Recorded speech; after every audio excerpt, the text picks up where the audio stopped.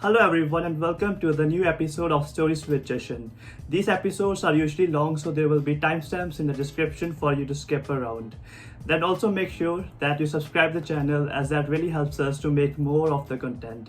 So today as our guest we have got Joshua. He runs his own YouTube channel called BritIndians, make very informative videos for the prospective students plan to come to the UK, and he's also a PhD candidate living close to Leicester. So we'll be having a fun conversation around his experience in the UK, and most importantly, towards the end, we'll be touching upon the PhD application. So if any one of you who wants to study PhD, he's the right person to really go forward to. So with this, I'll directly put spotlight on Joshua, and I'll request him to introduce. Please, Joshua, go ahead. Hi everyone, I'm Joshua. So I'm doing my PhD in building energy at Loughborough University. So I would like to thank Jashandeep for inviting me for this session. So I run a YouTube channel called BritIndians, and I also did my master's here in Loughborough University in 2018. Like, why did you plan to come in the UK at the first place? Initially, my choice were US, Canada, and Australia because my background is civil engineering and I wanted to do something related to sustainability. I was searching in US, Canada, and due to my low GRE scores, I couldn't secure much like a good university in US. And then I got in Canada, but I was worried about the climate. So I didn't move there. And then I got in Australia, but the fees were very high, like around for the 2 years it was around 50 lakhs. So I couldn't afford that much. And then one of my friend told that there's UK where you have like 1 year master's course. I was like, okay, it's just 1 year. That's the main part that attracted me. I don't have to spend 2 years of my time studying. So I was just going through UK, and then I found out like Loughborough University was good in sustainable engineering and energy. So I applied to other universities like Birmingham, Glasgow, Sheffield. I got in many of that, but Loughborough was quite good in that field, and my brother had a friend, so he recommended Loughborough. I was like, okay, I'll go for that. So that's how I changed from US, Canada, and Australia to finally land in UK. Yeah, basically I think you had one thing in your mind, that was that you wanted to do your like civil engineering, and you were really looking for some good universities to go for, and that really drives you to make this decision coming out. And the other question which I had was that, okay, so in 2018 you know that you are selecting UK, and was there something that you were like expecting that student life would be like XYZ, maybe in terms of part-time jobs, education? And when you came here, was it like something different, or your expectations were met? Something you want to shed light on? So there is always something called expectation versus reality, right? So that's what happened to me also. Like when I was applying for UK, I was like, okay, I'm going to England, London, so it'll be like this, that. But when I came here, like it totally changed. It was I have been to US before this, and there were like huge houses, big roads, lot of parking spaces, that kind of thing. So visually, the country was not that appealing for me because obviously they have good landscapes. Like Scotland, Cornwall, those are magnificent places. But when it comes to the houses and roads, I was like, okay, this is kind of that kind of disappointed me a little bit. But university-wise, the education-wise, it's really good. I really loved it. The professors and everyone were really kind. I was initially afraid that, okay, how to approach the professors, how to speak to them, but they were really, very good. They were kind. They were helpful all the time. So that was a main boosting point for me to continue with Loughborough for my PhD too. And then other things like part-time, it was kind of a struggle initially because it's a town. So you don't get much of part-time opportunities here, but luckily, like I know a person, so he referred me to Subway. So I worked in Subway for my master's. And other things like cost of living was kind of quite high. Obviously, spending for a food outside was gonna cost you like around like 10 pounds minimum if you're going for an Indian food. So that's like 1,000 rupees in India, which is kind of quite high. So these are the small bits that there is expectation and reality things. Got it. No, very very helpful. Yeah, thanks for sharing that light. Yeah, I agree the same. Like in terms of the living costs, is like it seems like pretty much high when you do that conversions in the Indian rupees. You know, our rent is like about 400 pounds, and you convert, oh well, it's 40,000 rupee, and you feel it's like too much. But on the other side, you've got this your salaries as well, and the salaries are quite high, and that your purchasing parity remains still the same. Yeah. Then secondly, what I wanted to ask was like, which university are you studying currently in? I'm studying at Loughborough University. So it's located in Loughborough. It's a town closer to Leicester and 45 minutes from Birmingham. Okay, so do you want to give like a short review for that university? That what kind of courses would you recommend for someone to come and join this university for? So Loughborough University is number one for sports in the world. Like continuously, I think like 10 years they are number one for sports. So everyone who's gonna study like sports management, sports psychology, sports related any subject, Loughborough is the best university that you can find because there's a lot of grounds and everything for practices. Even England Cricket Board is having their training center here, and also football clubs like Arsenal, Chelsea, everyone they train their under 19 team here in Loughborough. So it's kind of a very very good university for sports.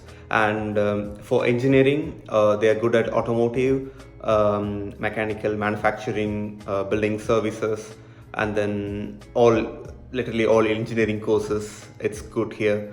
And then we don't have medicine, so if you're looking for medicine, we don't have medicine here. Business studies is kind of okay, like MBA is good, but if you're looking for business analytics or any other studies, I wouldn't recommend Loughborough. Okay. So yeah, mainly engineering and sports, Loughborough is one of the best. And also for design, if you're going for UX design, UI design, or any product design, Loughborough has one of the best design school in UK. Got it. No, thank you. Like, I think it's very helpful for the prospective students, especially who are planning to join this university, specific university. Now, in terms of your like cost of study, like what is like how much is the cost for your master's degree? Like, So, to pick it like one at a time. It's one of the high fee universities because it's obviously in the top six ranking tables of all the leagues. So that's why they are like cost around £23,000 to £25,000 per year. So it's kind of costly, and also the scholarship aren't much. You get like 10% to 20%. But why I would recommend Loughborough is like they have strong industry connections. That's why I told like sports, engineering, and design. They have strong industry connections. They like when I was studying, usually universities don't bring up companies to get placed here. But when I was studying my course, I had like 4 to 5 companies approaching the university to they wanted Loughborough students, they wanted Loughborough graduates. Even one of my friend who's studying UX UI design. They had like companies approaching them because they were Loughborough graduate, because they know how the course is, how the standard of the university is. So that's why they are coming to get Loughborough graduates. Exactly, I think that are some of the advantages of the high-ranking universities, and that's like why the high-ranking universities play an important role. That's what you pay for, really, essentially. Yeah, got it. And second, now let us move to your PhD application. Now let's say I'll just like let you know. For example, let's say I'm currently in the month of June, and next year in September I want to do my PhD. So like in terms of this route, like what should be my next step? So I'm not aware about anything. So what should the person do? So I started looking for PhD in February for the September. And initially I was looking at my university because it's kind of quite easy if you're applying to your university itself. So I applied to 2 PhD applications. So usually in UK they give the research topic and they tell you what it is on an overview of it. So you have to prepare a research proposal for it. Like 2 to 3 pages. So it's basically a literature review of looking at the latest articles based on this research. So let's say if it's gonna be something related to indoor air quality or something, then you have to look at what are the recent researches that that has been done right now, like for like 10 papers minimum. and then you have to write a literature review about it, and then finally you have to say how you're gonna solve this. So you were basically your proposal for the research. So that should be quite strong, because all the 10 papers should be journal papers, and you should be very critical about it, and you should reflect on it on your own views, and your own views should be practically applicable. If it's not practically applicable, they won't accept it. So it should be practically applicable and possible to do it. And second thing is, have at least one journal publication. So I didn't have a journal publication. So what I had is, like, I got an internship with an research and development section with Mitsubishi. So Mitsubishi is there in Scotland. So I did like 4 months internship with them. So I had that research experience. So that helped me. If you don't have that, then you should have one journal publication at least. So try to publish a journal paper, or at least try to do a conference paper using your bachelor's or master's thesis. So that will really help a lot. And fourth thing is, try to get your own supervisor itself. So that will help you to get funding. So I got my own supervisor who did, like, for my master's I had the same supervisor, and then for my PhD also she's supervising me, and the company which I did internship, they are funding me for my PhD. So yeah, it's kind of university and company funded, and I'm having my same supervisor for it. So the main process is, the research proposal has to be very good, and you should have at least one journal or conference paper based on your master's or undergraduate thesis. Got it. Wow, it is like so useful for me as well, and also for anyone who is looking for the PhD, very well sectioned. And secondly, now let's say, like, I just want to get your perspective on this. Do you think, like, after getting a PhD, does your job opportunities really increases? Not really, but the reason why I chose PhD was, I worked 4 months as an intern in the industry, and I saw the recognition that you get as a researcher or a PhD student, or maybe a doctorate after your PhD, because the industry, when you're working in the industry, let's say you're working in a company, you go to a director level. After that, you are an associate director. Then you get recognized by other people outside. Till then, you don't know, nobody knows who you are. But when you finish your PhD or when you do your doctorate or something, you go to conferences, you go to other universities, you meet other people. So there you get you just speak about your research proposal, or in conferences you publish papers, and then you present your researches there. So those kind of links gives you more recognition. Like I know right now, like I'm just in the first year of PhD, and I know a lot of people in US, like I know 10 to 15 people in US. Like it's kind of, you get a international connection when you are doing a research. And also when you finish your research and when you publish it, if your research is very good, and if it will definitely have a good impact, and then you get a lot of more connections than what you have at the time when you, like in 3 years of your time when you do your work, and then in 3 years of time when you finish your PhD. If you see, for your work you don't get that much recognition, but for your PhD you get a lot of recognition. You get noticed by people all over the world.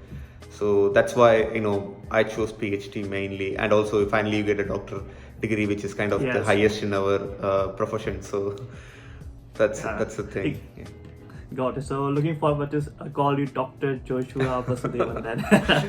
So is it like 3 years in total, right? Yeah, 3 years in total, and that's the advantage of doing PhD in UK. Like in other countries like US, you have like 5 to 6 years, and then in Europe you have 4 years, but in UK you do it in 3 years. Yeah, exactly. Like this one of my friend in US, and I was just like talking to him, and he said like he's doing a PhD for 5 years. And I was like, 5 years for a PhD. I was feeling so lucky that I'm in the UK. So we have got that advantage. We can just finish it in 3 years for sure. Yeah. Great.